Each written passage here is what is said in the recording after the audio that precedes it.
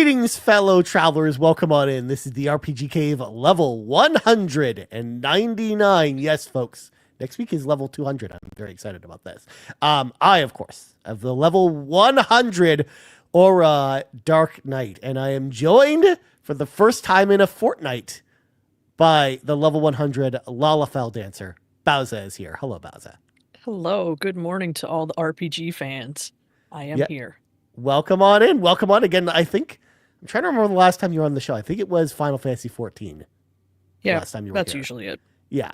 That's why, of course, we use the Final Fantasy XIV classes instead of, the RPG Cave made-up classes this time around. But because we're going to talk about Final Fantasy XIV in addition to other things. I mean, to be fair, I could have used the Borderlands classes, but I don't actually know what you're playing in Borderlands. We'll talk about that later when we get to Borderlands, I guess. Sounds good. But yes, folks, of course, Garrett's away next week, or this week, but next week, of course, we'll be having our episode 200. And what, pray tell, are we doing for episode 200, Bowsah? Well, I'll tell you. Garrett and I are getting our character sheets out once again. We will be re-rolling our classes. We'll be leveling up Garrett and myself's character classes. So get your character sheets out, folks. We're going to get real nerdy next week. So please be excited for that. But that's next week and not this week. So let's, of course, talk about all the things for this week, including, of course, our housekeeping. So, of course, it's still the month of September, or September, if you look on the calendar. That's what the calendar will tell you. But it's actually September. Of course, over on twitch.tv/Carpool Gaming Live, currently subs to the channel for the month of September are 25% off 1 month subs, 25% off 3 month subs, or 30% off 6 month subs if you're interested in hopping in with us. Of course, it's live right now and it lasts until October 1st, 10 a.m. Pacific time. And this is a huge deal for us, of course, as we've been saying on the show over the last couple of weeks, where the money that we accumulate from subs during September will be going directly towards Extra Life. So it's a win-win for everyone. Not only that, but we get the full payout from Twitch, despite the fact that there's a discount. So all your support really helps a long way with the Carpool Gaming content here and getting us ready for Extra Life 2025, which, can you believe, Bowsah, is less than 2 months away? It's crazy. This year has been the longest, yet the shortest year ever. And my brain's broken. Yeah, I can't believe it's so close to Extra Life already. Oh my god! We're almost actually closer to a month away, which is pretty crazy to think about. So. Yeah, I got a big deadline at work in about 3 weeks, so things have been crazy there, and it'll just calm down, and then I'll fly right into Extra Life, all jazzed up. Nice. And it'll basically be like a really good vacation to get away from this big deadline, hopefully. Yep. But yes, so that's what's going on with September. I will also mention, I'm going to look on the calendar real quick, because this is, I was going to say, there's something that starts on the 26th. However, I was looking at the free feeds, and the free feeds version goes up the day before. I was going to mention it here. We're not going to mention that. Just pretend I said nothing. I'm going to move on to, of course, brand new supporters over on patreon.com/Carpool Gaming. Of course, we got Hambone Jonny upgrading his membership to the gold member tier. Shout out to you, Hambone Jonny. We appreciate you for upgrading your membership on the old Patreon. And what, dear friends, does the Patreon membership give you? Of course, well, there's exclusive content like the Pants Patreon podcast for Patrons podcast. Of course, Seth's episode has been out, all week. It's been the episode of the week, so make sure to go check out Seth's episode if you haven't already. Sean, of course, is next. His episode will be out tomorrow. From the time that we're recording this. Of course, if you've been listening on free feeds, this was out 4 days ago. What are you doing? Just go listen to it. But then, of course, on RPG Cave, Bowsah, we like to tease who's next on the Old Pants Patreon podcast for Patrons podcast. Because, 2 days from now, it'll be up. And Amanda is next. So if you've got questions for the Miles_of_Amanda, make sure to go over to patreon.com/Carpool Gaming Monday morning when the questions post goes up at 9 a.m. Eastern Standard Time. Go ahead and ask your question for Amanda there, and she'll answer it on the Pants Patreon podcast for Patrons podcast. On top of that, of course, we got backtrackers who are meeting today. I'm not going to talk about it too much because they're talking about Trails of Iron. I think that's actually happening right now as we were recording this. Yep. And then, of course, we've got the Book Crafters, which is our arts and crafts / book club about books. And their theme this month is all about fall, autumn, harvest, and back to school season. They're meeting on September 27th, so next Saturday at 4 p.m. Pacific or 7 p.m. Eastern time. In order to be part of that, you just got to join the Carpool Gaming Discord, which is free to join. The link is in the podcast description if you haven't actually joined the Discord yet. And basically, the only requirements for them is simply you read a book or you made a craft that has something to do with the theme. That's it. And then you can come hang out and talk about other people's books and themes. Or books and I don't even think that's really a requirement. Maybe you're just interested in hearing other people talk about their crafts and books. Yeah. We'll let anybody in there, Literally anybody. So there Unless you you're go. a jerk, and then I'll throw you out. Please don't make Bowsah throw people out, okay? I don't want to. I don't want to be that person, but I will. Is that something that happens like in the backtrackers that often though? Like, do you have to throw people out of there? No. It's like, I feel like you're going to have even chiller people coming into the book crafters. It's all about crafts and books. Yep. One would assume. But, yeah. So there you go. Book crafters, please be excited. Of course, Bowsah, we continue to sell the Xbox Drive 400 t-shirt. Of course, that's the show you're on. It is. Over on carpoolgaming.com, so make sure to get that before it goes in the old Disney vault. And then, of course, you can donate directly to us via our website if you'd like to help us out with Extra Life, but don't feel like supporting on Twitch or Patreon. I know a lot of people have mentioned that they would like to do that, so that's always an option on our website. And speaking of that, shout out to Brian Reese for their very generous donation. But I think that is all the housekeeping for today. We usually don't call it housekeeping on this show, Bowsah. We usually just call it, clearing the dungeon so we can get to the raid boss as quickly as possible. But I just was, going full into it. Didn't do that this time, which is exciting. Hey, you're in charge here. I'm just here for the ride. Whoa. You're equal parts host this week, okay? you get to contribute when you'd like. But speaking of things, of course, Bowsah, Garrett's not here. Nope. So we're going to do things. But this time we're going to turn things on my head. You have to listen to my things. All right. I'm here for it. Please be excited. All right. So for thing number one, of course, winter is coming, Bowsah. Of course, I'm so excited. The winter, the weather's getting a little bit cooler. Fall season's here. Before you know it, it's going to be Halloween. Like, in fact, it's Canadian Thanksgiving in 2 weeks. So wow. Things are accelerating at lightning speed to the point where before you know it, you'll look outside and there's going to be snow outside. And I, of course, I'm so excited about that because I, of course, famously do not love warm weather. And of course, I had to bring a weather-related topic here, Bowsah, because it's me. I would appreciate it. Of course. I'm not going to dole down today's weather because it's actually warm outside. We don't want that. But no. I am excited, of course, that things are starting to get cooler, that, Halloween is around the corner. And just spooky season, because one of my favorite times of year is spooky season. It gives me an excuse to watch a bunch of spooky movies, which is exciting. Speaking of which, this week, I'm going to be watching the Silent Hill movie, all about Silent Hill, because that's going to be an upcoming podcast here on Patreon, on the old Patreon. So please be excited for that. Very nice. Yes. Well, thing number two, Bowsah, is I am someone who is not super into TV shows at all. Like, I'm not really like someone who sits down and like binge watches a lot of TV. Like, I'll watch anime and I'll watch movies, but I'm not like a huge like TV show person. Like, I'm not craving every episode of Ted Lasso or something. I'm not that person. But Alien Earth on Disney Plus has been a thing. And of course, for people who know me, they know that I'm a huge fan of the Alien franchise, despite the fact that, it's been very, very jank and all over the place. But Alien Earth has captivated me over the last couple of weeks, where like every Tuesday night I do this thing where as soon as I'm done work, I turn the lights off, I turn on some spooky LEDs, and I'm sitting there watching Alien Earth. And I'm captivated each and every week because I love that show. It's so cool because I love the fact that they're doing something a little bit different, where they're kind of going into the expanded kind of universe of Alien, where it's not just about xenomorphs. There's other alien species. We've got like the 5 human corporations that are like they're this kind of like Cold War against each other that they've only really talked about in the books before. So it's so cool. I've been having a great time watching it. The last episode is this week. So of course that's why I'm bringing it up now on the show, because I'm very excited to watch it because it looks like it's going to be pretty cool. Very nice. Yes. And then final thing, thing number 3 this week. Of course, it got to the edge of the diving board because I had to very quickly think of thing number 3. Of course, is actually the Magic the Gathering Spider-Man set come out today, and I'm excited because after the podcast, Bowsah, I'm going to my local game store. I'm picking up some cards. Ooh, there you go. And then with those cards, I will be bringing them home. And later today, time TBD for this, by the way, we will be doing a card pack opening stream of Magic the Gathering Spider-Man, which I'm very excited about. Very cool. Yeah.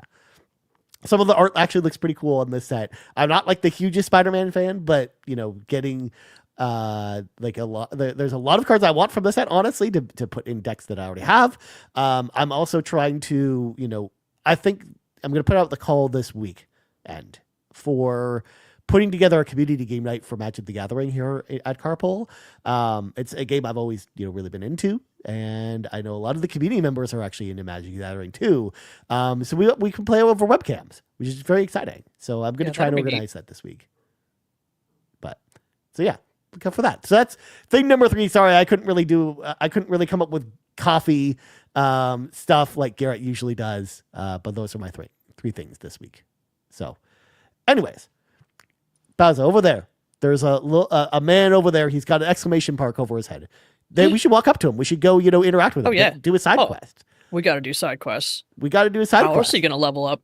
100%. I mean, speaking of which, Bowsah, we're going to talk about Borderlands 4, not Borderlands 3. I talked about 3 if you want. No, we're not doing that. I talked about Borderlands 4 last week. I had my quick impressions of it. And now a week has gone by with the game. I've been playing a lot of Borderlands 4, but Bowsah, you also have been playing the Borderlands 4 as well. I have. I was excited for this one to come out. So I'm new-ish to the Borderlands franchise. My first game was Borderlands 3. Okay. So I don't have like the long-term history, and I know a lot of people weren't happy with Borderlands 3, but I had fun. In fact, I played it on Stadia. Fee will love that callback, right? And I happened to be in a Discord that had a lot of active Stadia members, and we were playing together. So I got to do like a good amount of co-op in Borderlands 3, and I really had a blast with that. It seemed like a type of game that I wasn't going to like. It seemed like it would overwhelm me, just all the loot that you get, right? Yeah. But I really enjoy it. I think that might be my favorite aspect of Borderlands in general, is just like you kill a boss and all these colorful things fly into the air, and then you get to go look at them and pick them up and try new stuff out. It's like Diablo in that way, because Diablo has like the same effect with its bosses too. Yes. That's one of the reasons why, like, when you had kind of asked me before, when we were talking about whether or not you'd come on the show this week, Bowsah, you were asking if Borderlands 4 counted as a role-playing game. And I said it does, because it's just as much of a game as Diablo is, because it's, in a lot of ways, it really, to me, feels like just Diablo, but it's not an overhead game and it's not a fantasy game, but it's a first-person shooter instead. But it's the same kind of, same everything else. You still got stats, you still got weapons. Like, it's very much a role-playing game. Yeah. Quite a few options for your skill trees for the different classes as well. Like, well, I was going to say, like, you could have 4 of the same, character class in your party and have them all feel completely differently, or have different roles in the party, which is awesome. But it's pretty neat. Yeah. So I'm still fairly early in. I think I hit level 10. Okay. And I ended up doing a respec already because the TikTok algorithm has told me that there is an awesome Vex build that you can do with bleed. And I'm here for it. I'm going to bleed everybody dry, Ryan. Of course. Stealing all of their blood in their life. Instead of having just generic non-elemental, specters or abilities with Vex, you instead can just have them bleed to death instead. Yes. So now I did lose my pet friend when I did that. Of course. So I'm not super happy about that part, but I guess being a vampire has some trade-offs, right? I was gonna say you're doing like the full like elemental build, like with you got like the wings ability, right, to give yourself like extra. Like basically just going in all in on your character rather than using the pet versions. Yeah. I started down the pet version because the pet's cute and you can pet it. Yeah. Which you should be able to do in every game that there are pet-like characters. One would assume. You can definitely do that here. But yeah, I saw some people playing, saw some clips. I was like, this looks really fun. I'm just going to steal everything from them. Nice. Well, it's interesting you say this, Bowsah, because I was curious about what character you were playing, but we're both playing the same character. We're both playing as Vex. Like I actually started out as the Gravatar. I was like, oh, I kind of want to play this, but it wasn't really like fitting. Like I respect a couple times, and like none of the three trees were really fitting like the gameplay style that I liked. And I've actually like in other Borderlands games, I've played as the Siren, and I was like, okay, well, I don't want to just play as the Siren again. But the Siren this time around is like completely different from like the other Sirens in other Borderlands games. So I'm actually like glad that I ended up switching back because I'm having way more fun playing as Vex as I was as the Gravatar because it's just so much more like up my alley as well. And similar to you actually with my history with Borderlands, you know, I played 1 and 2 and the pre-sequel, but like I never got into those games. Like I played them for maybe like 5 or 10 hours and then kind of very quickly dropped them. And it wasn't really until Tiny Tina came out because that was the Borderlands game I got into. Everyone thought it was just okay. I was like, that was the one that got me. So I was like, I was also really excited coming into Borderlands 4 because that was the one that I wanted to win me over in a lot of ways, in the way that maybe Borderlands 3 didn't really win me over either. And yeah, I've been having a blast so far. But I'm a little farther than you at this point. I'm 40 hours into the game at this point, and the game just came out last week, so that just shows how much I've been enjoying playing it. But I'm going for a different build than you. I'm playing the Spectre build, so I have like I have my ghost versions of Vex kind of going out and kind of taking care of the parties, and I almost feel like I'm like playing like an RTS in a lot of ways where I'm like because you have like 2 different units. You have these Reapers that are, you know, melee units that will taunt the enemies and take the damage because they have large health pools, or Specters that have, you know, ranged attacks, like they have, you know, guns, and you can even have you can even equip a passive that have your Specters have the same guns as you, which then, you know, if you've got really powerful guns, can like mow down enemies very quickly. They're kind of like the DPS characters. So I'm like positioning them around the battlefield, and then having them kind of like converge on the enemies in like this strategic attack. And then it gives me a chance to kind of run around and kind of do my thing, while the Reapers kind of like taunt the enemies. So I really, really like that playstyle. It's been super fun, going forward to now. I'm at the point, Bowsah, where I'm like level 31. I've got like a Grim Reaper that comes out, which is like a super version of the Reaper that like spawns other Reapers when it kills enemies. So like sometimes I'll have like 10 extra units just on the screen, just like a bunch of Reapers just going around like killing all the enemies. It's so fun.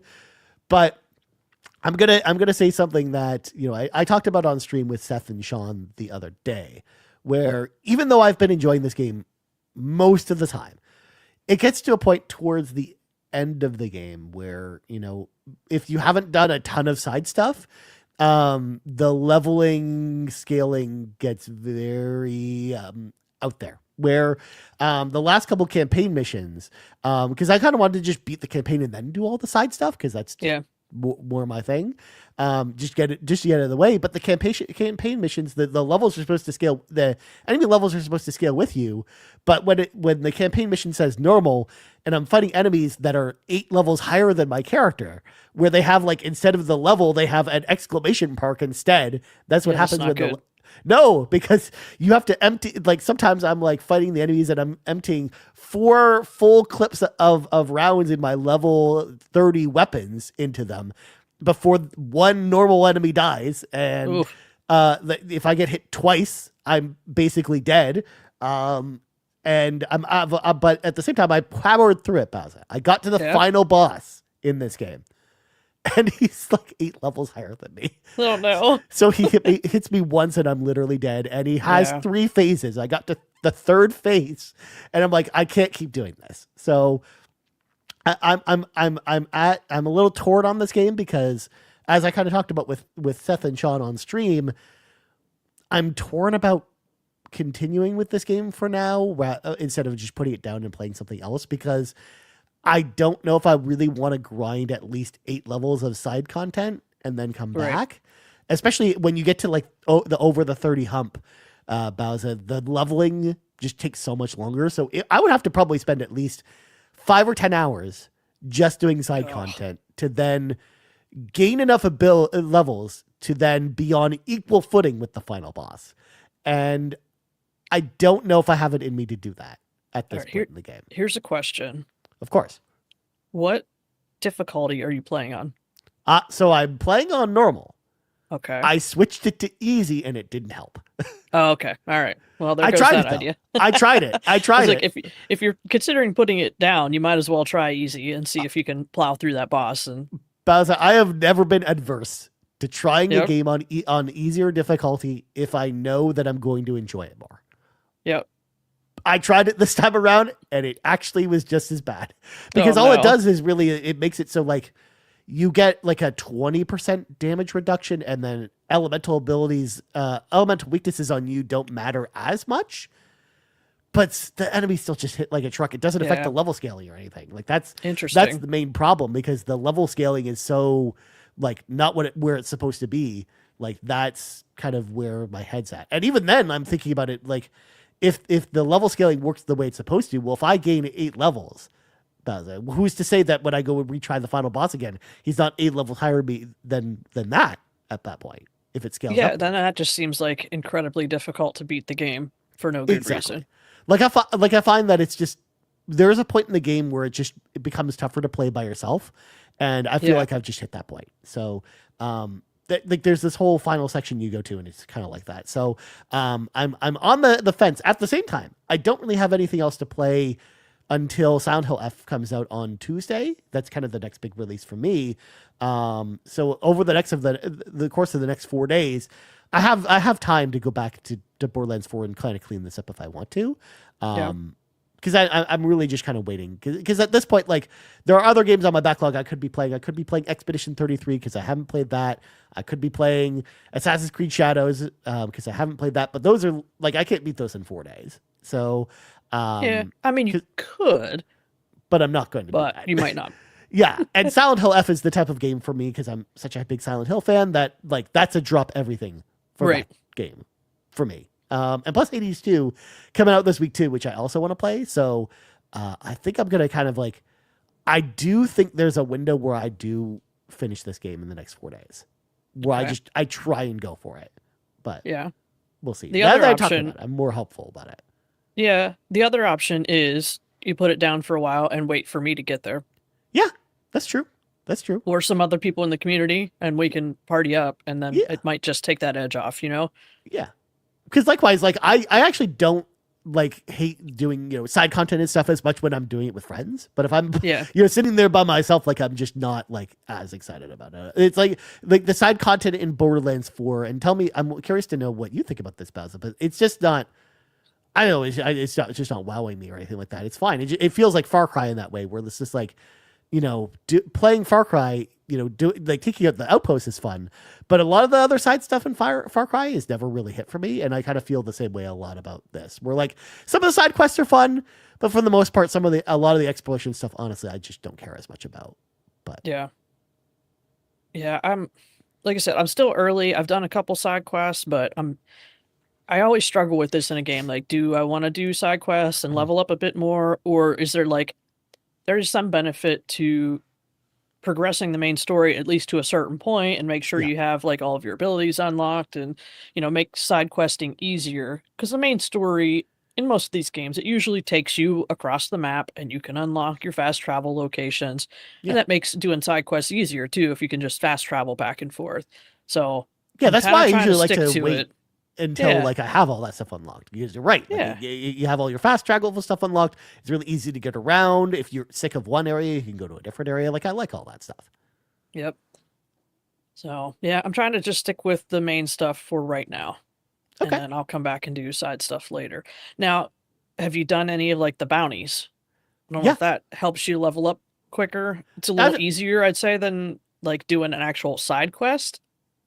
Yeah, for sure. Like I think that I've been doing like a nice mix where I'll collect a bunch of bounties and then 1 or 2 side quests from an area, and I'll just kind of do all of them kind of at once, like an MMO. Like if we were playing Final Fantasy XIV, I'd have a very similar strategy, right? So Bowsah, your breaking news or bracking news, if bracking you would. news. Avias Nellen I hope I'm saying this correctly, resubscribed with Prime. They've subscribed for 4 months now, and they have a message saying early congrats on 200 episodes. Awesome. Thank you. Yes. Thank you for your support. Thank you, of course, for wishing us, a happy, early 200 episodes. I really, really appreciate you for subscribing to the channel. But yeah, so Borderlands 4, I think it's fun. I still really enjoy the game. Again, I wouldn't put, God forbid, if I wasn't enjoying it, Bowsah, I wouldn't have put 40 hours into it in a week. But I've been really enjoying playing this game, a lot. It's just, that's why it bumps me up. Have more hours in this game, but one, it came out on Friday, and I left Friday morning and went away for the weekend and had 0 game time. And then this week, I don't know, the last couple weeks, something has come over me and I'm playing Apex Legends. Yep. So I'm kind of hooked there. So I play that until I get mad, and then I switch to Borderlands. So I haven't put as many hours in as I normally would on a game right at release that I was excited for. So I love the fact that I'm very behind. I love the fact that you're very slowly turning into Mitch. I don't know if I love that fact. Do we need 2 Mitches in the community? Why not? Why not? Right. He's a nice young fellow. Look, super nice guy. Look, when Lachlan and Sean were struggling to play Gears of War 2 on stream, the person who saved the night for them was Mitch, who came into the voice chat to have Lachlan share her screen with him, and then he set everything up with them and everything. He was super nice about it. Super nice young fellow, Mitch. So, shout out to Mitch. Bye. But yeah, Borderlands 4, I'm excited to play more. Honestly, if you're in the community and playing Borderlands 4, I would love to hear from you, because like I said, I haven't seen anyone else talk about this game in the Discord at all. It's mostly the RPG Cave channel, Bowsah. I don't know if you've been looking at it lately. It's just all people talking about Trails in the Sky chapter 1. Yeah. Yep. I have. I've kind of stayed out of it because it's all Trails. I don't know. Yeah. I don't know anything about that. I'm glad people are happy and having fun, but yeah. Yeah, the demo first chapter was actually pretty good, but Garrett and I talked about it before, where it's that is very much like a game that's wait for sale for me, because the Trails games famously go on sale in the same way that Ubisoft games go on sale. This one will be on sale on Black Friday. I'll just pick it up then, but it's got great review scores. It's 90s on OpenCritic, and I'd love to see that.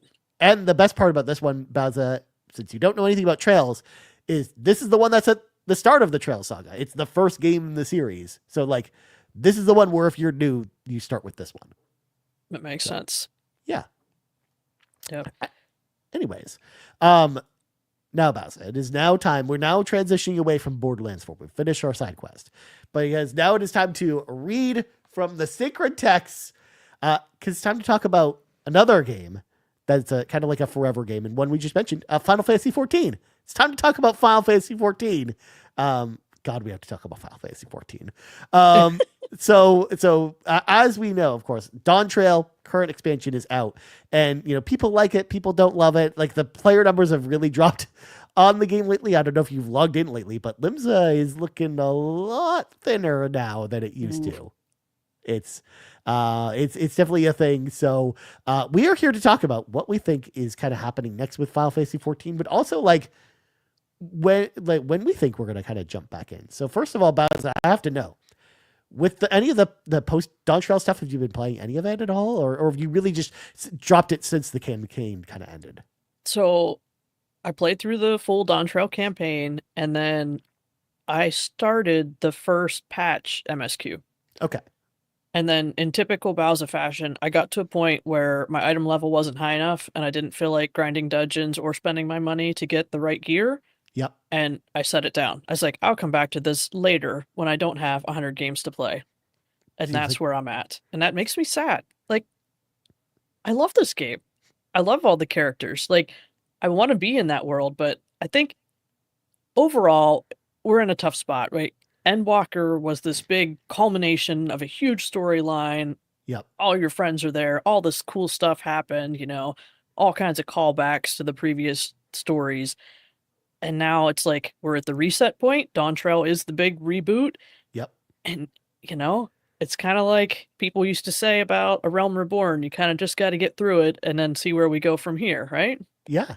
Yeah. We're meeting all kinds of new people, and I don't know. I don't know Like how that I was the feel about them complaint all. while people were playing just the base campaign, where they're like, why are there so many missions where I'm walking around like talking to people? Is what a Yep. lot of people said while You got playing to that. find all new friends. Well, it's also just establishing like the world itself all over again. But it's kind of like the same problem that the MCU has, because like the MCU had that big moment with Endgame, and then after every game, I just feel like the excitement for the MCU movies is like, gone downhill, like with each movie, essentially, to the point now where like, Thunderbolt sounds like an awesome movie, but like no one really cared about it in Yeah. that way. And Fantastic Four is kind of like that too. So I kind of have the same feeling with Final Fantasy 14. But I myself, Bowsah, have played the last two patches of MSQ. There is one that just came out, like I think a few weeks ago, that kind of like ends the Dawn Trail story, because the next Okay. patch will be setting up the next expansion. Right. But I haven't played all the way through that. I started it, but then like you, I got to the first dungeon that's part of that MSQ. My item level wasn't high enough on any of my classes, so I'm like, all right, well, I guess I'm going to go back to playing all these other games right now, because it's kind of the busy game season right now. Yeah.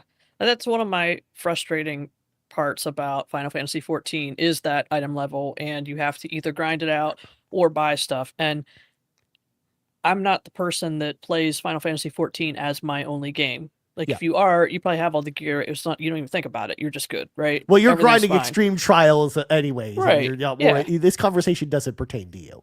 Right. So I think it's partly my play style. The way I play this game doesn't go well with the patches and getting your level up high enough for all the dungeons. That just makes me sad. I like to just play along and get the story, right? Yeah, exactly. In fact, like usually like the best time I find to do that is usually like right before a next expansion's coming out, because usually the highest level gear they transfer it to like the base tomes, and those are very easy to acquire, and then you just buy all the gear you want, and then you go do kind of an all like binge watch all Yeah. that stuff setting up to it. Yeah, I think the only that's where I'm at. I'll do that. Like, once the next expansion's about to come out, I'll re-up my sub and get through all of this patch content, and I'll be ready to go for the new one. Even though, the only thing that happens because of that is that they will have the next expansion announcement, and that will completely spoil that whatever happens in the story, the end of the story kind of leading. I just won't watch. Just close my eyes. I'll put the blinders on. Okay. Yeah. Okay. It's a good strategy. See, honestly, I'm the type of person where it's just like, nah, I already know that I'm going to look at the next trailer. So I kind of want to like at least have this patch done by the time the next announcement happens, because again, this is the patch that kind of wraps up Dawn Trail story and leads into what's next. So it won't be as spoilery if I do that. But Nice.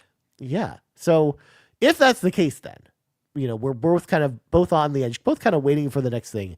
What do you think is next for Final Fantasy XIV? Like, where do we go from here? Like, where do we want to see them go from here, Bowsah? Like, because you make this face, and I'm like, that's the same face I make where I'm like, I have no idea, honestly, where I want them to go next. Like, honestly, I just want to be surprised, honestly, with whatever they do next. Right. Like, and also to just have more quests that are not just talking to people, but have more quests that involve combat and conflict and drama and all kinds of stuff. But I'm curious to know what you think. Where do you think we go next with Final Fantasy 14?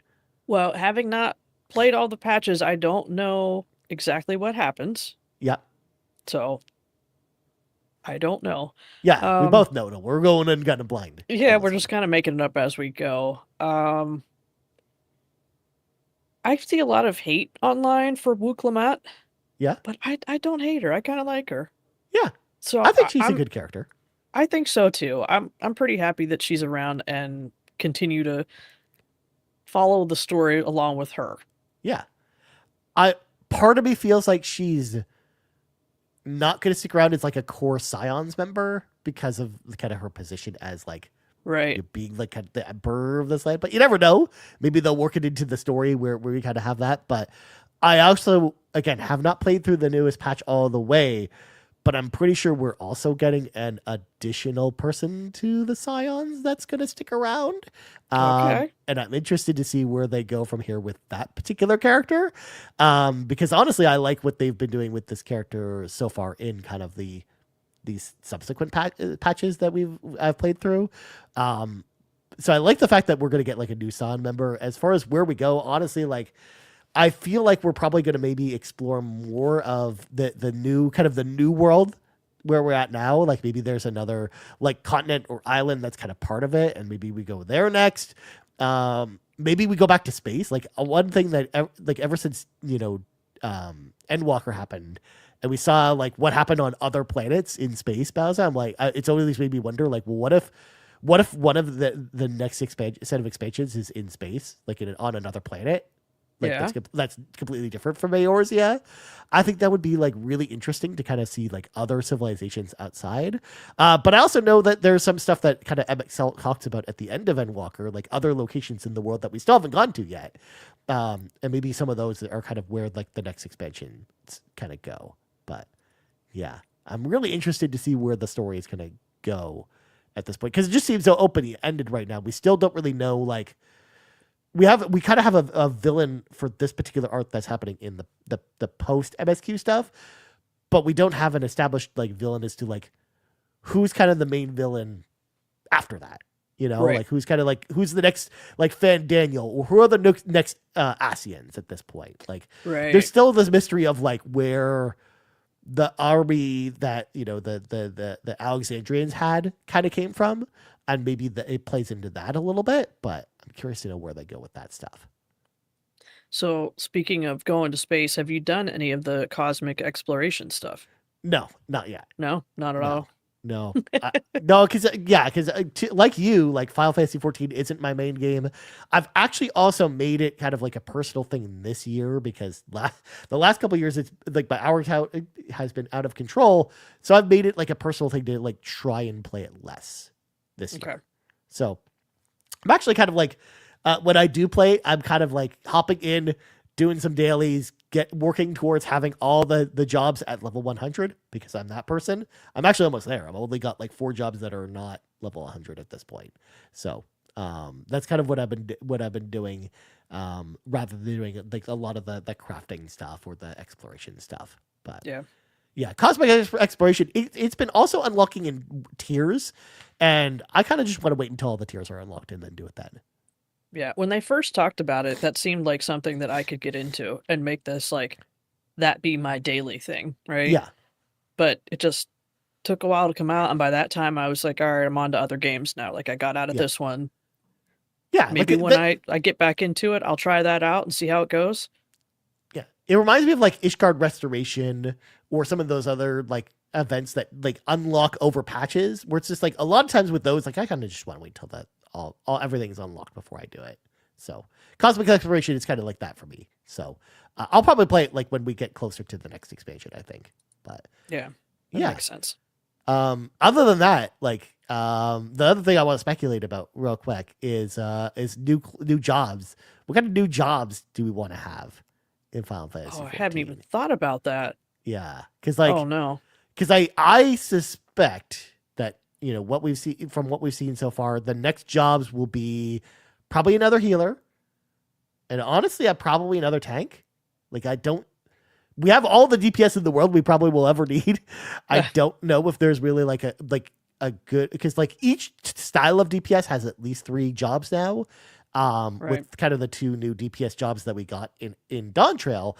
So I think it's about time that they do a new healer and a new tank to kind of like give us 5 options for each of those, I think. But I'm hoping that if they do that, it makes queuing for dungeons easier as a DPS. Yeah. Because everybody will be excited to play the healer and tank. So if they introduce a new healer and a new tank, that would be good for me and my queue times.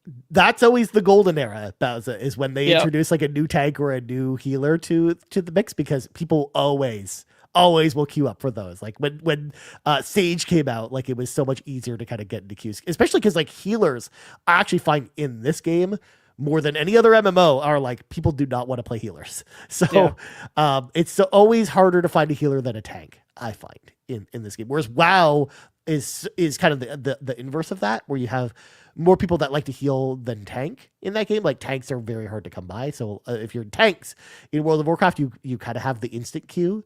And whenever I play healer in Final Fantasy XIV, it's like instant queue every time, which is awesome. So nice. Yeah, because I like to play as healers in Final Fantasy 14. So, this Q thing that you speak of, I don't really know anything about it unless I play as a DPS. Yeah, because when I'm leveling the other classes, of course, I have to deal with the Q times. Like I just finally finished leveling Samurai to level 100, and like the Q times for that were very annoying. But I mean, I only have DPS left at this point, so yeah. Now you just gotta suffer the Qs. Yeah, they're the worst. But at least like going to like the Ether data server has kind of saved me a little bit rather than staying on Dynamis. But like I would love to see a new tank and a new healer. Like maybe a new healer. I would love to see almost like a mix between the two styles of healers, like having like maybe like either like two forms you could go with, or like having like some healing abilities, but also some varied abilities, and kind of having like a nice mix between the two. And for tanks, like I would love to see like one that like goes even further into the damage roll, that's like almost like Gunbreaker did, where Gunbreaker almost feels like playing like a DPS in a way, like something kind of in that direction, where it almost feels like you have the same feeling as you're playing like a Dragoon or something like that, but you're tanky. Like I would love to see something like that as like a tank. Was Gunbreaker the last new tank? Yeah. That's been a while. Yeah, that's what I mean. We're definitely due. At least for a tank. Yeah, 100%. Like I think for sure, no matter what happens in the next expansion, one of the two new jobs will be a tank, because we haven't had a new one since Gunbreaker. Good. Yeah, love it. And then like Sage was the last healer, which with the next expansion will be 2 expansions without a new one. But I honestly think, again, to me, it makes more sense doing a new healer and a new tank than another DPS at this point, because we already have, 3 ranged magic ones. We've already got 3 ranged physical. We've got like so many melee ones of all the different varieties, at least 2 of each variety. Like we don't really need another DPS for now. I think we're probably good in that point. But as far as like Final Fantasy classes, I would love to see like Berserker be the tank that's like more of like a DPS tank. We kind of saw that class in the one of the post patches for Shadowbringers, where you're kind of going to the Crystal Tower and you're seeing like a bunch of the other jobs come from the different realms. The Berserker was one of the bosses, and I would love to see that as like a class. And healer, like maybe something like Time Mage, like have it use like time magic to kind of heal your allies, but then also maybe grant like haste or other buffs. I think it would be really interesting. So that's kind of where my mind's at with like the actual jobs, like what I'd like to see. But other than that, honestly, though, I would like to see, because this expansion has been kind of paying homage to Final Fantasy IX, and we've seen other expansions kind of pay homage to other Final Fantasy games. I think it's finally time for them to pay homage to Final Fantasy XIII. I want to see some Final Fantasy XIII bosses, and like others like flavor sprinkled in with the next expansion. I think that'd be pretty cool. But there you go. So Final Fantasy XIV.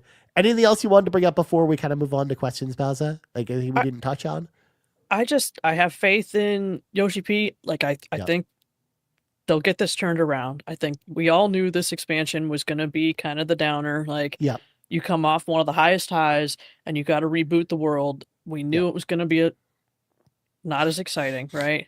So I'm just hoping that and with the player drop off, like they're going to have to realize you can't just live on your name and reputation forever, right? You've got to actually improve the game and give us a better story. So I'm hopeful for the next expansion to really do that.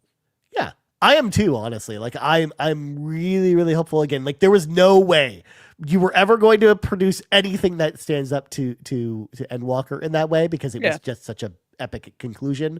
You always have to start from somewhere, and you're absolutely right. Like I think the player count will get turned around with the next expansion, because I think they're going to do like a Heaven's Wardy kind of thing with it, where it's going to be, you bring some really interesting changes in story developments. You bring in some new characters, go to a cool new place. Like I think it's going to be really cool. So I'm pretty excited to see when that comes up. Of course, I'm going to bring in Avius Nellan here, who says, I always resubscribe to Final Fantasy XIV when a new expansion comes out. I then play through patch content and the main story, and then I put it down and play it for the story, because you only really play it for the story, really. Yeah, a lot of people That's me. like that. Yeah. Yep. Yeah. I'm a story person here, and the story has been very compelling. Yeah. So, and I do think it. there's been some good story moments in like the post Dawn Trail stuff. I'm interested to hear what you have to say about some of the stuff after you play it finally, Bowsah. But yeah, the story itself has always been the number one thing for me. Like, I'm someone who loves like MMOs. Like, I play World of Warcraft and other stuff, and the story doesn't matter in those games. So like the story in this game just adds that extra element to it that makes it stand out versus other MMOs to me. Because I like all the other stuff as well. But I'm not like grinding raids and stuff anymore the way I used to, like with Final Fantasy XIV. And I just know that I don't probably ever go back to that place. But man, I'm always in for it with the story. I love Final Fantasy, so of course I love the story that's going on here. It's the best Final Fantasy story we've had, across all the games. So I mean, to me, so I'm still invested in it, and I have faith in Yoshi P as well. He had that statement where people were questioning whether he was going to stick around after Dawn Trail. He was like, no, I'm still around, and we're still doing this, and it's going to be great. So, yeah, can I say something controversial yet brave? Yes, please. I wish I could spend real money dollars to get Gil, so I could just buy the equipment that I need to go to the dungeons. Yeah. Well, I mean, it's like you could do Gil, that, but like, you could buy like the tomestones. You mean? Yeah, anything. Yeah. Because with Gil, you could buy it off the market boards, right? Yeah. You could buy gear sets that are high enough level. That's true. But yeah, I want a way to just let me toss you $10 and I just have the gear I need to do the patches. But the problem that I mean, first of all, I appreciate you being brave with that comment. So I'm going to play devil's advocate here. I think the thing that you run into with that is just the people screaming from the rooftops that it's pay to win with this game. I'm not saying give me top level gear. I'm saying give me just what I need. That's true. But people will argue that's the thing. Or people will say, oh, well, Square Enix is super greedy for charging you for that. But you're right. To. You could grind for it if you want. Keep doing your thing.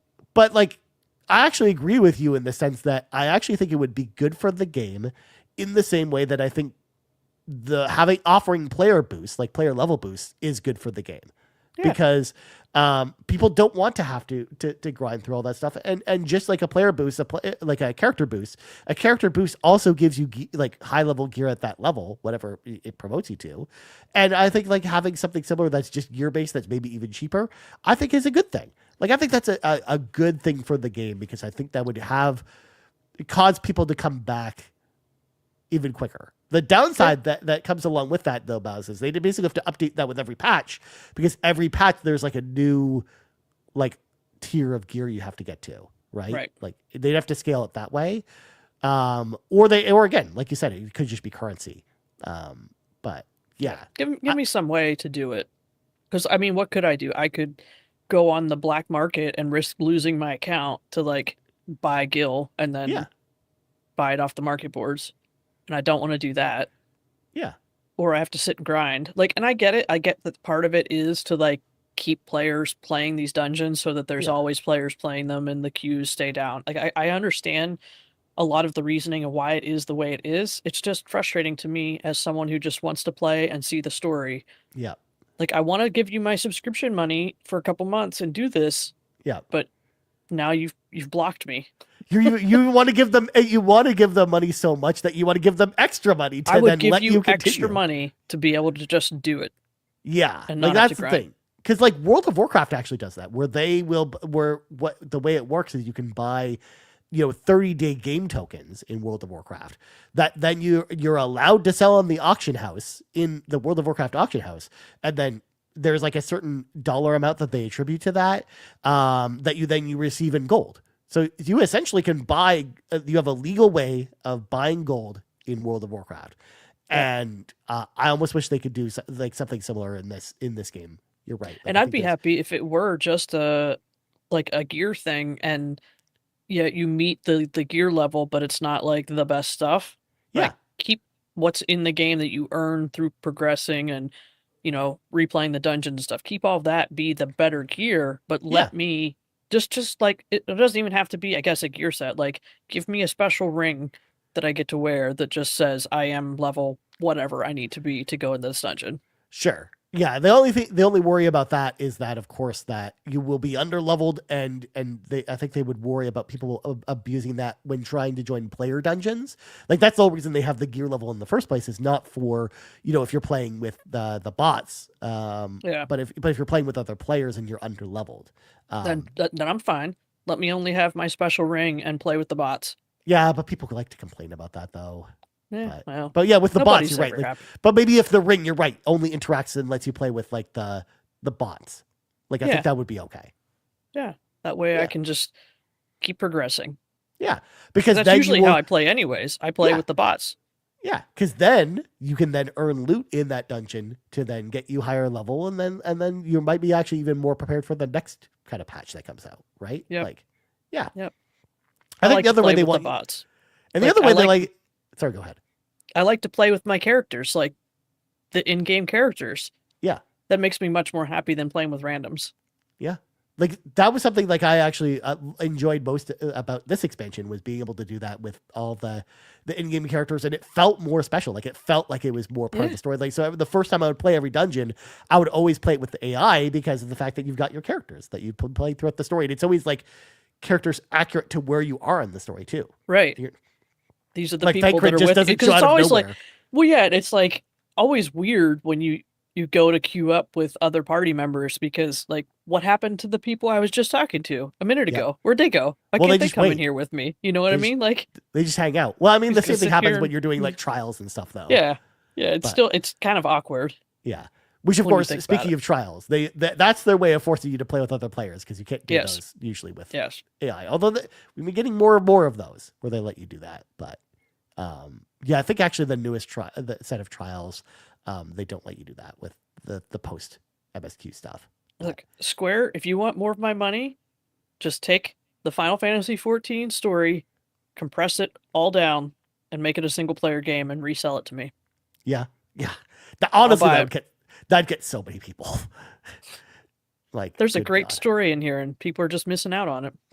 Well, actually, have you actually seen what they've done with Dragon Quest X online, Bowsah? Because Dragon Quest X is an MMO, also like Final Fantasy XIV, that Square Enix makes, and it's Japan only. It's not out here in North America. But recently, like last year, I think they released Dragon Quest X online, offline. That's what it's called, Dragon Quest X offline, which is literally what you just described, which is literally an offline only version of Dragon Quest X that you play just as a single player game. I hope everyone buys 1 million copies of it and Square sees it and says, well, it's Japan only, we should do that. It's tough. Well, I mean, I'm sure they take that into account, like where it's for sale. Yeah. And how many players you could expect to buy it. But yeah. I want it to be just like Final Fantasy XVI. Just give me the game. I can go play it. I mean, at this point, other than the trials, it's pretty much there already. It's getting close, but the whole gear level thing is built into that MMO aspect, and that's why, of course, you've got to grind to get it. Yep, you got to grind to get that. Take that part out. I mean, it's also like that's the motivation also to make you try out like the crafting classes as well, because then you can craft your own. Yeah, but I'm so far behind. Like, oh, I know, it's so hard to catch up. Like honestly. Baby crafters and gatherers, like it would take me so long to get there. I'm in the worst position, Bowsah, where all my gathering positions are all a level 100, but my crafting positions are like not even level 60, and it makes me sad. Nope. Because I'm so far behind with it, and I'm never catching up probably at this point. But like that's the alternative that they would argue, is like, well, they'd be like, I get it. You can grind to get those. It's a grinding a different way, right? Yes, exactly. I can grind through dungeons, where I can grind through crafting. At least grinding through dungeons, you're not developing macros to make things go faster. Yeah, that's just crafting. Weird. Yeah, yeah. That was the way where I was like, oh, this is how you actually could maintain your sanity while doing this, because having to manually do all the crafting stuff kind of sucks in that game. Yeah, which means that I'm gonna have to subscribe on and play on the PC version. Yeah. Well, I mean, your one subscription just plays everywhere, but you just have to install it on your PC. Well, I have to make sure I bought Dawn Trail on PC. I don't think I did that. I think I actually own it on PlayStation and Xbox, but not PC. Interesting. I mean, and hopefully at this point you really only have to buy it on one platform, kind of going forward. Yeah. Whatever, Well, remember when like, Dawn Trail Xbox. came out, there were issues. Yeah. I was running into some bugs, and that's why I switched. I did not intend to buy it both places. Right. But you did. They got you. But I did. They already got me. Well, Yeah. they don't need to get me a third time. Nope. See, I'm willing to give them money. Oh man, I can't wait for the next expansion to come out, and we're just gonna deal with crazy queue times all over again, Bowsah. Just get into the game, yeah. Yeah. Or like, that's where the bugs happen too. Is when it first came out. So I think we're gonna deal with that whole mess all over again. Oh, yay! Yeah, please be excited. Well, anyways, I think that's gonna do it for our talk of Final Fantasy XIV. But of course, we got to round out the show by hearing from the NPCs, the non-podcast characters, of course. We've got J. Hetfield 0816, who says, really enjoyed hearing you and Garrett talk about how people fit so many games in their lives with limited time. It definitely resonated with me as I juggle a number of things, but would love more than anything to sit down and play RPGs for 12 hours a day and burn through my massive backlog. So my question is, do you think we have to just accept that there are some games that we want to play that we will never play, or just never have time to play, at least until we retire? I don't like thinking about the fact that I'll be in my grave someday and there will be some games on my backlog still remaining, which you guys touched on a little bit on Xbox Drive last night about this very topic, where there are too many games coming out right now, Bowsah. I don't know if you do this to play everything. Yeah, and I don't intend to play everything. I've gotten quite selective as the years go on, but I'm kind of notorious for saying I don't really have a backlog. Yeah. Like, I just play what I want, and, if I missed out on something, oh well. Like, yeah. That's you got to prioritize, so for you, Silent Hill is a game you're going to drop everything and you're going to play it right away, right? Yeah. So you want to play Silent Hill more than you want to play Borderlands 4, and that's okay. Yeah. You just got to pick the thing that you want to do, and you just got to let some stuff go. Like, you don't have to play every game, and your taste might change over the years, Well, again, we've gotten to the point now in pop culture across everything, whether it's movies, books, comics, music, where we've gotten to the point where there is so much stuff that it is impossible to consume everything, even in a specific genre of a specific type of thing. Like, it's impossible to play through all the role-playing games or all the first-person shooters, because there are so many of them, especially even just on the indie side as well. Like, not just topping AAA stuff, but even just talking AAA stuff. Even if it was just AAA stuff only, you still wouldn't have enough time to play all the role-playing games anyways. It's just impossible. Right. So you have to have the mindset to be okay with letting stuff go. Like, I already know that, by the time I die, when I have my death rattle, as Sean would talk about on stream, I know that there will still be games that will still be on my backlog, and I just have to live with that, because it's impossible not to. It's impossible not to have games that you wish you had more time to play. And here's the thing: you're always adding more. Like you say, like Jay Hetfield says about, well, maybe when they retire. Well, between now and then, assuming that's not next week, how many more games are going to add to that back? So the ones that are hitting right now, you're still not going to play them. No, because by the time that comes around, that's going to be the old game. You're not going to be, less excited about it. You're going to want to play the newer stuff. So that's what I mean. Yeah, it just keeps stacking, because even if you did something like I did earlier this year, where I didn't buy games for the first 6 months, Bowsah, and I went back and played a ton of old games. Like, for God's sakes, I played Ghouls and Ghosts for the first time, and it was awesome. And I think that, but at the same time, by doing that, I then had so many more games that just stacked from the first 6 months of this year that I didn't play. Just hop on the stack of things to play. And again, now the second half of the year, now you got the second half games and the first half games. Yeah, because I still haven't played Expedition 33 yet. Yeah, and that's a really good game. There. Yes, or Assassin's Creed Shadows. One of my most anticipated games coming into this year was Assassin's Creed Shadows, and I still haven't played it yet. So I'm like, again, you're right. Where again, no matter what you do, you kind of have the thing, and I kind of adopt the same mindset as you, where I don't really have a backlog either. There are games that I know in my periphery that I want to hop into at some point, but I don't really keep a backlog. or anything like Yep. that.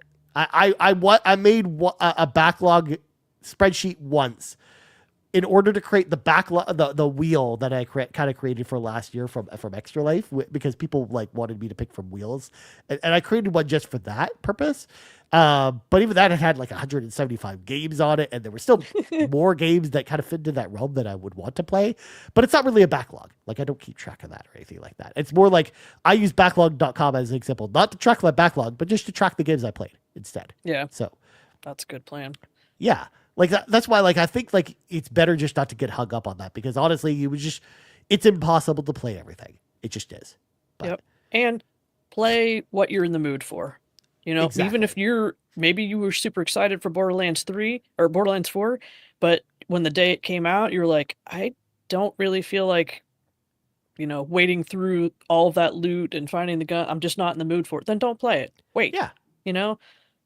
Things happen in real life. You're in a mood for a certain type of game. Maybe you just want to play Animal Crossing. There's nothing wrong with that. Just play whatever calls to you at the time, because if you play something you're not in the mood for, then you're not going to enjoy it anyways. Yeah. And then who wants to do that?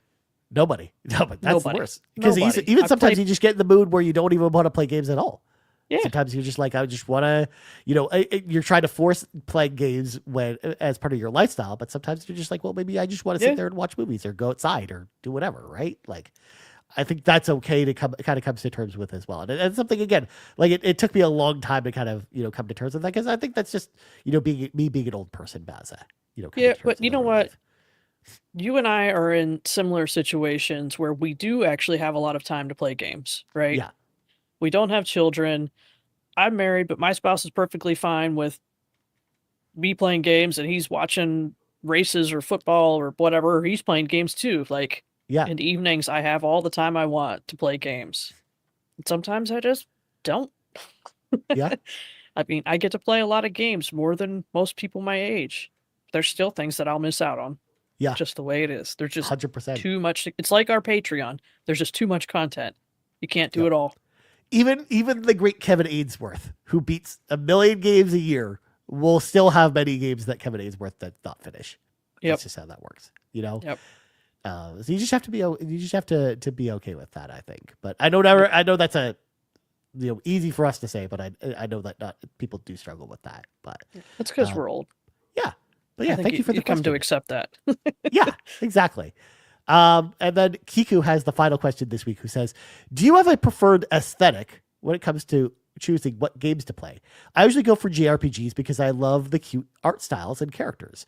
I've tried some Western role-playing games too, but I end up spending about half the time complaining to my husband about how my character looks like they fell face first down a flight of stairs. Oh, no. That's quite the description, Kiku. Yeah. Do you have a specific aesthetic you really gravitate towards, Bowsah? Like, or like genres even? There are certain ones that I gravitate away from. Okay. Yeah. I'm kind of like that too. I don't like the over-sexualized teenagers look. I don't know. It's just the older I get, I don't know.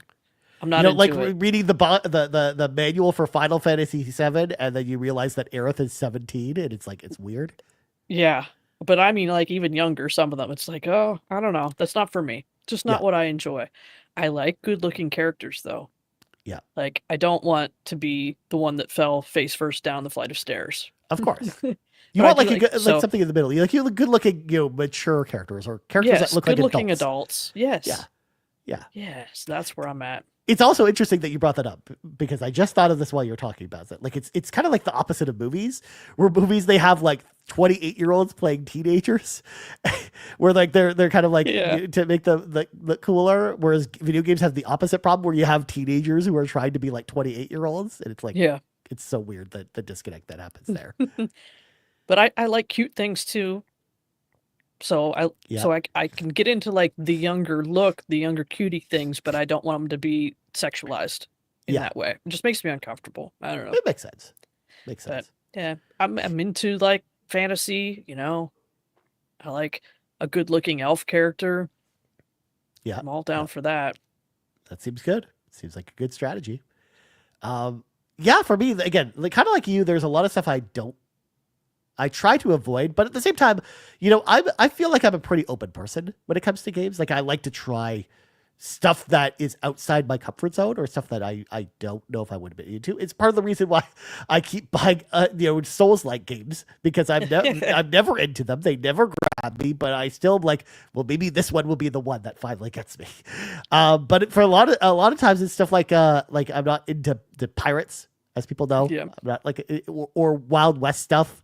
Or mob stuff like people go wild about over like The Godfather or the Mafia video games and stuff like that, or Grand Theft Auto, and I'm just not super into stuff like that. Like, it's very much like specific styles and stuff. Whereas like I think I gravitate more towards sci-fi or horror, or the mix of sci-fi and horror. That's like kind of like the peanut butter and jelly to me. Like I'm always like super into those.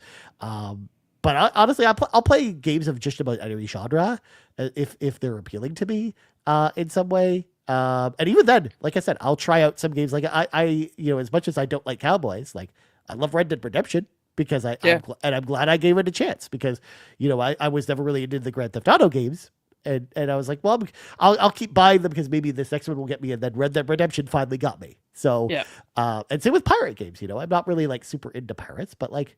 There will be a pirate game eventually that gets me Bowsah. And I'll be like, oh, this isn't so bad. But it's Cat Quest 3. That's what it is. It will never be Cat Quest 3. I'm never playing that game. It's too cute for me. Like that's the thing.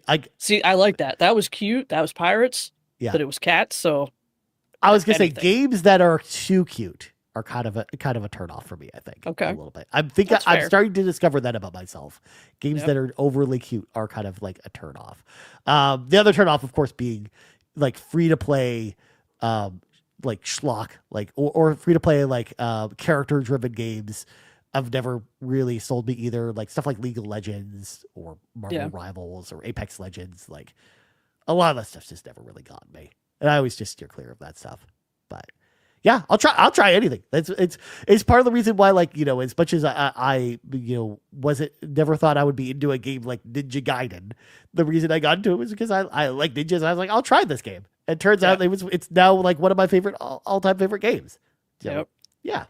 And now what's awesome is with so many games coming out all the time, like you can hone in on a very specific thing and be like, this is the kind of game I want to play. And there's always another one coming out. Exactly. It's great. You just don't want too much of a good thing, though. You gotta mix it up a little bit, or you get bored with it, right? Exactly. Kind of like Final Fantasy XIV. If they do the same thing over and over again, we're just gonna get sick of it. We'll come back, and they'll be sad. But anyways, Bowsah, I think we've done it. I think this is the end of the RPG Cave, episode 199. Before we go, of course, gotta say thank you to all of our patrons over at patreon.com/Carpool Gaming, starting with our ultimate producers, Brendan Meyer, aka The Winter Gamer. Jonathan Brown, you can check out the Hoodlin Rumble Kickstarter over on Kickstarter, or you can also go over to his link tree, linktr.ee/pme.jib. And Technical Michael, who says, whether you're Kevesi or Agnian, you're a Xenobabe at heart. Links to all of our ultimate producers can always be found in the description of our podcast. Our platinum producers, Betty, Smokin' Joe, Ed the Captain, and Tim Paullin, and our gold members, Adam K, Ina, Awesome Dave 1337, Brad Moore, Brian Reese, Cecily Carrozza, Dan and Luma, Dannohh, Emily Kelly, Hambone Jonny, our newest patron, of course, Yon32, Laura, Lagerwoods 330, Mr. Giggles, OldMrFrump, Peje, and Stephen Keller. Huge thank you once again to all of our patrons over at patreon.com/Carpool Gaming. If you want to hop in the car with us, head over there, choose the tier that's right for you. And now, Bowsah, where can people find you? Thank you again for being on the show this week and helping me out being the Garrett this week. Oh, I can never be the Garrett. Okay. I don't have the right voice for that, and I didn't bring things. So you didn't say great news like this in the microphone? No, I did not. I'm a little too loud for this. You can find me normally on the Xbox Drive, which records live on YouTube Friday nights. And find me in the Discord. That's the best place. That's where I'm most active all the time. Come hang out. Come join the Backtrackers and the Book Crafters and Community Game Night. And let's play some Borderlands together. Absolutely. Let's play some Borderlands together. Let's play some Magic the Gathering together. Let's play a bunch of stuff together in the Discord. Heck yeah. If y'all have not joined the Discord, like I said, free to join. Link is in the description of the podcast. Again, Thank you again for being on the show, Bowsah. I appreciate you. As for me, you'd always find me in the Discord at Ryan Turford. I'm there, as often as I can be. I'm a very introverted person, so I'm not there all the time, but I'm there. I'm there when I can be. You'd also find me on blueskybacklog.com and letterbox.com at Ryan Turford as well, where I like to post the games and movies that I'm playing / watching. So make sure you come over there as well. So for Bowsah, I'm Ryan. This has been the 199th level of the RPG Cave, and we're out. Good night, everybody. Bye.